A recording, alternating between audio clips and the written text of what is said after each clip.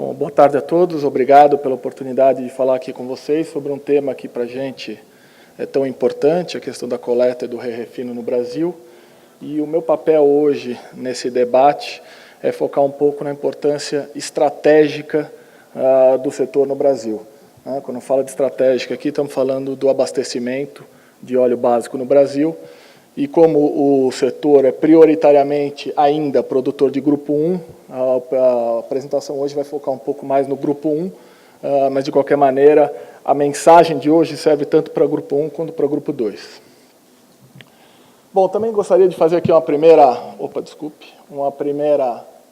disclaimer aqui, a primeira que essa apresentação não foi montada para extinguir o assunto, quer dizer, não são verdades absolutas, é muito mais uma provocação para que os participantes aqui pensem um pouco mais a respeito de um tema que a gente vê com alguma preocupação, que é o abastecimento de básicos no Brasil.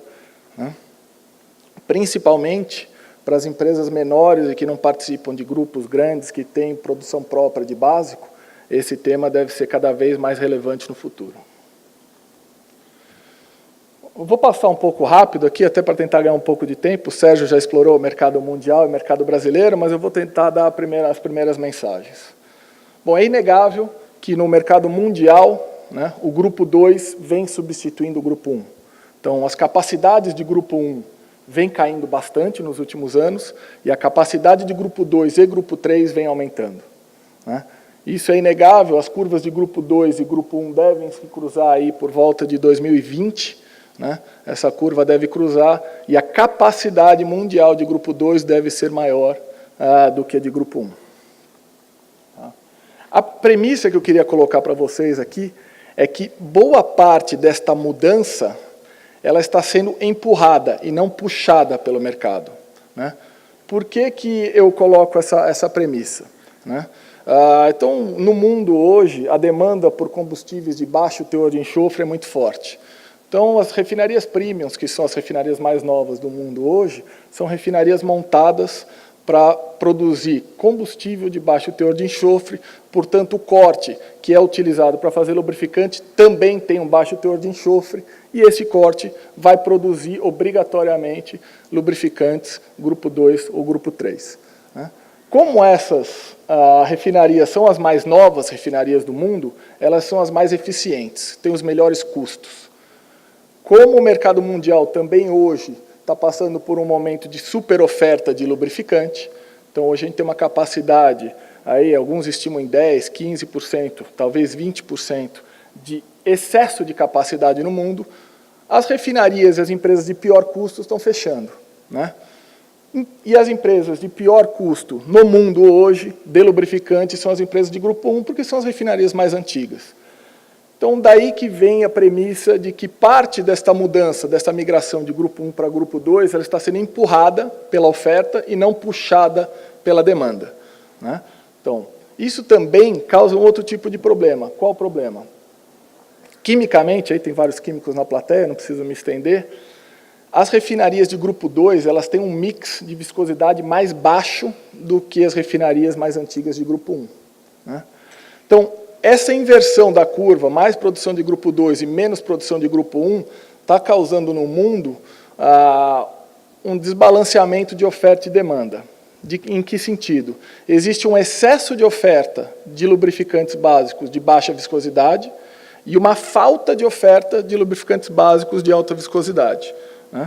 Isso pode ser comprovado, aqui eu coloquei tabela Petrobras, mas se a gente olhar os preços dos básicos no mundo, a figura é a mesma, o spread entre as altas viscosidades e as baixas viscosidades estão aumentando com o tempo. Isso costumava ser as curvas costumavam ser muito próximas uma da outra. Com o tempo, essas curvas estão aumentando. Por quê? Porque existe uma falta de oferta de alta viscosidade, e isso deve ser aumentado nos próximos anos. Por quê? Como continuamos com um baixo crescimento da demanda de lubrificantes básicos no mundo, várias empresas, várias refinarias ainda vão ter que fechar. E as empresas que vão fechar primeiro são as empresas de grupo 1, as empresas que possuem produção de viscosidade mais alta. Então, esse desbalanceamento ainda vai demorar um tempo para ser equacionado. Isso é uma coisa que, principalmente no mercado brasileiro, a gente tem que ficar bastante atento, porque os óleos de maior viscosidade são os óleos que estão caindo em desuso para motores automotivos, principalmente os carros de passeio, né? Mas para formulações industriais e óleos de processo, viscosidade ainda é muito importante, a gente vai discutir isso um pouco para frente. E a hora que a gente olha o mercado americano e o mercado europeu, para a gente ter um pouco da ideia de como, para onde estão indo os mercados mais maduros, né, para onde, o que a gente pode esperar do mercado brasileiro, você tem dois quadros bem diferentes. Estados Unidos está investindo muito em grupo 2, né, e pouco em grupo 3. A capacidade de grupo 3 dos Estados Unidos, que é o gráfico de baixo aqui, é praticamente irrisória, perto da demanda deles, né. Por outro lado, a capacidade de grupo 2 deles é muito grande. Então, eles estão investindo muito pesado em grupo 2. A Europa está investindo em grupo 3. Então, o mix europeu é feito de grupo 1 e grupo 3. Um grupo 1 de alta qualidade, é verdade, seria um grupo 1+. Né? E o americano está apostando no grupo 2. Então, isso a gente tem que entender, para onde o Brasil vai, qual o mercado, qual o segmento que o Brasil vai caminhar. Será respondido no futuro, eu não tenho condições de responder isso hoje, mas é algo que a gente precisa ficar atento, por quê? Não existe planos de fazer grupo 3 no Brasil. Ninguém hoje não enxerga nos próximos anos uma planta de grupo 3 no Brasil. Então, se o Brasil for pelo caminho europeu, a gente está colocando aqui um desafio para a logística, de importação, etc., cada vez maior. Né? Os volumes devem aumentar de produtos que não existe produção nacional. A demanda nacional. Aqui eu peguei um dado um pouco mais antigo, estou um pouco mais otimista que o Sérgio, tomara que eu esteja certo, estou colocando aqui um crescimento de 3% para o mercado brasileiro. O Sérgio apontou 1,5%, de qualquer maneira a mensagem não muda, né?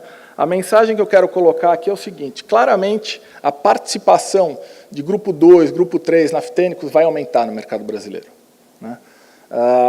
Por questões de demanda técnica, por questões de custo, porque hoje o grupo 2 de baixa viscosidade está até substituindo o grupo 1 de baixa viscosidade a custos mais eficientes, né?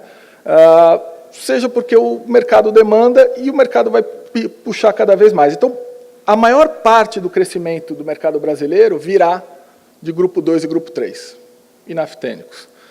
Mas o grupo 1 ainda terá um espaço importante no mercado nacional. Então, a gente coloca aqui que a gente hoje tem uma participação em torno de 60%, o grupo 1, essa participação vai cair obrigatoriamente para algo em torno de 40% a 45%, mas com o crescimento do mercado, o volume de grupo 1 ainda vai ser importante, né?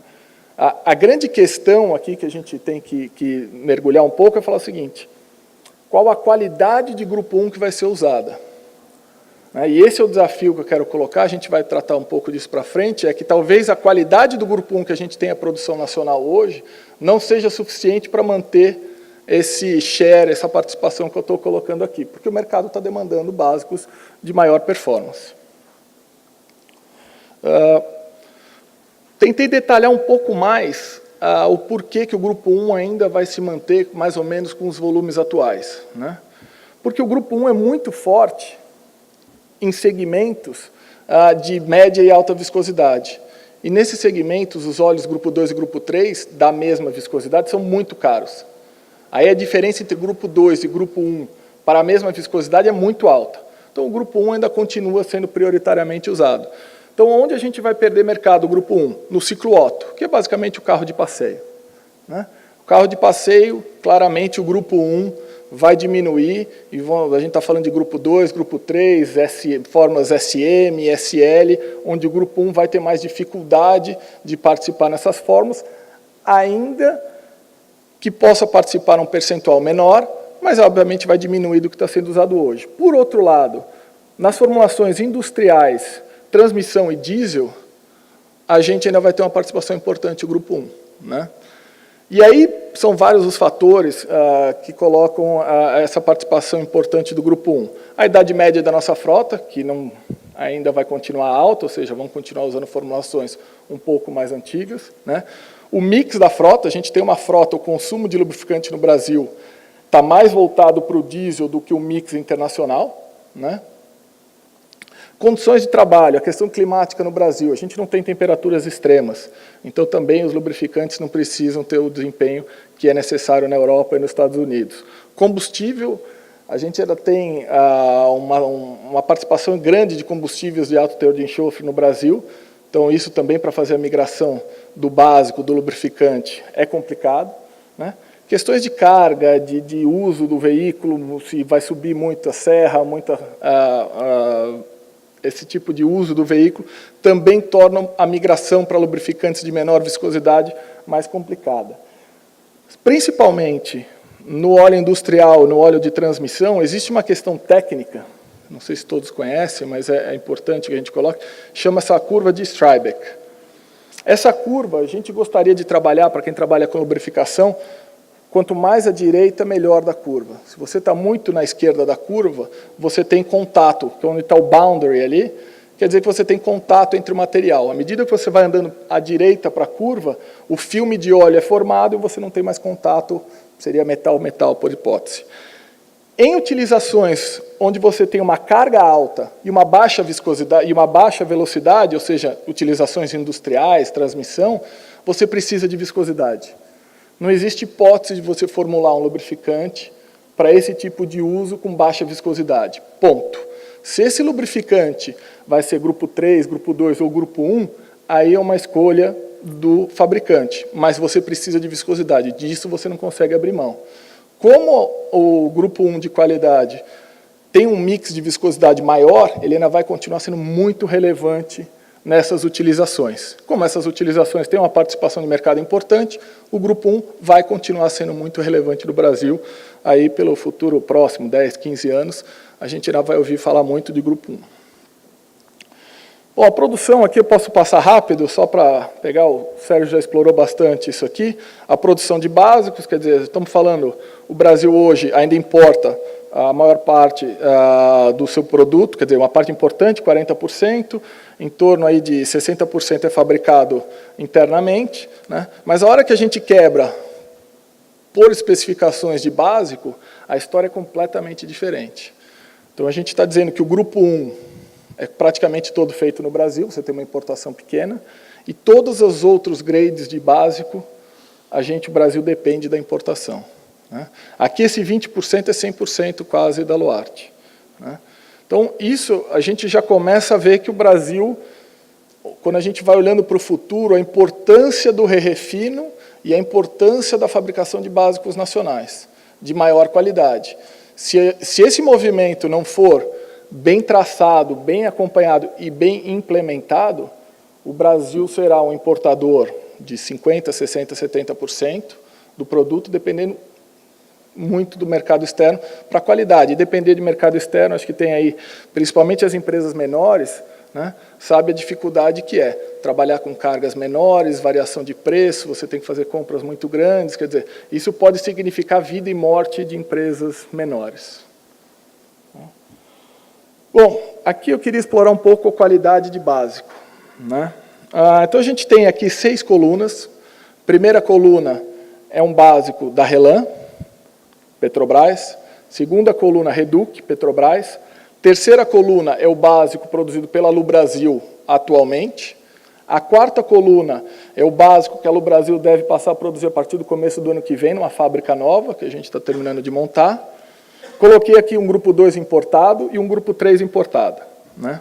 Vamos começar pelo lado esquerdo. Vamos tirar a Relan, porque o volume da Relan é insignificante, a qualidade é um óleo muito aromático, muito naftênico, não substitui bem o óleo da Reduc. Vamos falar de Reduc contra o básico que a Lubrasil vende hoje, né? Em vários aspectos, o básico da Lubrasil, né, que é um bom parâmetro para o mercado nacional de re-refino, quer dizer, o nosso óleo é muito bom, o re-refino brasileiro está migrando para esses padrões de qualidade, ele já é melhor que o produto da Reduc, né? Ele já é melhor que o produto da Reduc em teor de saturados, que pelo que a gente conversa com os formuladores, o pessoal de aditivo, é a grande variável a ser analisada, né? Eles não olham tanto para teor de enxofre, até porque, no pior caso, que a gente tem ali ainda 4.500 ppm de enxofre, a gente ainda está abaixo da especificação SM, quer dizer, SM vai até 5.000 ppm de enxofre, então esse produto não tem problema, até para a formulação SM, que seria a mais avançada do Brasil, SL ele vai muito bem, né? E um índice de viscosidade de grupo 3. Então, o óleo refinado brasileiro, isso eu posso afirmar de todos os refinadores brasileiros, tem um índice de viscosidade altíssimo. Para algumas formulações, essa variação é muito importante na redução do custo forma. À medida que a gente vai migrando para a direita, né, a qualidade, obviamente, a performance do óleo vai aumentando, mas é importante, eu coloquei essa migração para colocar o seguinte, o futuro do refino brasileiro e mais do grupo 1 brasileiro está na coluna ali que eu chamei de REB.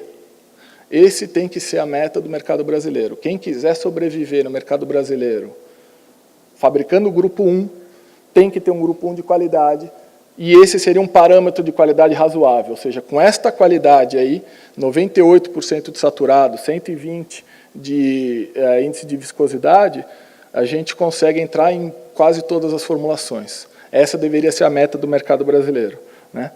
Importante também colocar, salientar nesse quadro, né, que é a grande interrogação aqui, que eu vou colocar mais para frente, mas já adiantando um pouco, é a questão da Petrobras. Quer dizer, a gente sabe que a Petrobras não vem investindo em lubrificantes, na produção de básicos nos últimos anos. A Reduc, que é a grande refinaria em termos de produção de lubrificante da Petrobras, está ficando cada vez mais obsoleta, né? A qualidade dela já é pior do que a qualidade de alguns produtores e refinadores do Brasil. Ou seja, como é que a gente vai equacionar isso? Porque se o Brasil quiser ser autossuficiente em grupo 1, ou seja, produzir aqueles volumes que eu comentei lá, a gente precisa da Reduc. Sem Reduc, os volumes são muito grandes, não há crescimento do refino nacional que vá compensar uma redução forte da produção da Reduc. Tá? Então, aí eu coloquei algumas premissas para a gente discutir aqui no debate, e a gente pode depois aprofundar, né? Então, coloquei premissas e uma hipótese. Então, o mercado nacional voltará a crescer, eu coloquei 3%, o Sérgio está com 1,5%, mas vai crescer. Vamos rezar para a gente encontrar um bom candidato e eleger esse bom candidato ano que vem, quem sabe a gente cresce, né? Migração para básicos de maior desempenho deve continuar. Ponto. Se vai ser grupo 1 melhorado, se vai ser grupo 2, grupo 3, depende um pouco aí das condições de mercado, da facilidade de acesso, etc., mas o fato é que todo mundo tem que investir em qualidade, né? A participação do grupo 2 e 3 deve aumentar. Essa participação deve vir prioritariamente da importação, né? Não há planos de investimento relevantes no Brasil, para qualquer que seja o grade de lubrificante. Então, a Petrobras não tem, nenhum refinador tem planos de investimento que sejam significativos, ou seja, fala assim, não, o mercado brasileiro de produção de básico no Brasil vai crescer 10%, 15%, 20%. Não vai. Existe a restrição de indústria e existe a restrição de coleta. Nossa principal matéria-prima é o óleo lubrificante usado, que, infelizmente, nós não temos como crescer a coleta 10%, 15%, 20% ao ano como setor, né? O mercado hoje, ele está, vamos dizer, bate num teto que é os percentuais obrigatórios de coleta. Se esse percentual de coleta aumentar 10% no ano, provavelmente a gente consiga fazer 10% de coleta a mais. Mas se eles continuarem crescendo 1% ao ano, o mercado de refino brasileiro tem esse teto. Ele vai crescer esse 1% de coleta ao ano, vezes o crescimento do mercado brasileiro. Então, estamos falando aí 2%, 3%, 4% ao ano o crescimento do refino brasileiro, se tudo der certo, né? E a maior planta brasileira, eu comentei um pouco, adiantei, a Reduc, pode estar ficando obsoleta, né? A grande dúvida aqui não é a obsolescência da planta, isso é fato indiscutível. A grande dúvida aqui é a velocidade que isso vai acontecer daqui para frente, né? Se a Petrobras vai tentar melhorar a planta, pelo que a gente sabe, não tem planos de melhorar essa planta, portanto, a qualidade que a gente tem hoje é a qualidade que vai continuar para o básico da Reduc, né? E também não temos informações de nenhum novo investimento da Petrobras. Portanto, essa é a grande variável. Vai chegar um momento em que a Petrobras vai estar num corner, falando o seguinte, olha, eu tenho uma capacidade monstruosa, mas eu tenho um produto que não é bem aceito pelo mercado. Então, como hipótese, o que a gente está vendo aqui para o mercado é, no mercado de refino vai haver uma consolidação, né, das refinarias, Então, as plantas industriais, vai haver uma consolidação. Por quê? Para você ter qualidade e custo, você precisa de volume. Não existe hipótese de uma empresa hoje, com menos aí de 3 milhões de litros de entrada de Oluc, esse número pode até crescer, que vai ter uma planta competitiva em custo e qualidade. Isso não existe. Você não consegue fazer. Então, vai haver uma consolidação do mercado de refino para tentar, de alguma maneira, compensar essa perda de volume de produção de grupo 1, eventualmente até grupo 2. A Luarte já está fazendo grupo 2, outras empresas de refino no Brasil têm planos de fazer óleos grupo 2 até grupo 3, ainda que não esteja nada em movimento ainda. A importação deve aumentar significativamente sua participação, os volumes, inclusive, e aí a gente tem um problema de logística. Você imagina um cenário, eu já vou adiantar o terceiro ponto, um cenário aí catastrófico, mas que não é uma coisa louca de pensar, a Petrobras anunciar que daqui a 3 anos, 4 anos, qualquer que seja, vai falar o seguinte, olha, eu vou reduzir drasticamente a produção de grupo 1. O Brasil hoje não tem logística para importar esse volume de básico. Não tem. A logística brasileira hoje está toda tomada para combustível. Então, se isso acontecer, vai ser um horror para o mercado brasileiro. Então, eu coloquei isso como provocação, ninguém tem plano, a Petrobras não vai fazer isso ano que vem, não é isso que eu estou querendo colocar. Mas é uma coisa que a gente tem que começar a prestar atenção, porque lidar com isso, que eu acho que é inevitável, em algum momento isso vai acontecer, é um plano de 5, 6 anos para botar de pé essa logística. Senão, porque o básico no mundo tem, o Sérgio está aqui e vai me dizer, está sobrando. O problema não é comprar o básico, o problema é internar esse produto. Nós não temos logística para internar esse produto nas quantidades que a gente vai precisar em caso de um desabastecimento vindo da Petrobras. Bom, a apresentação era essa, as perguntas acho que a gente vai depois no Obrigado.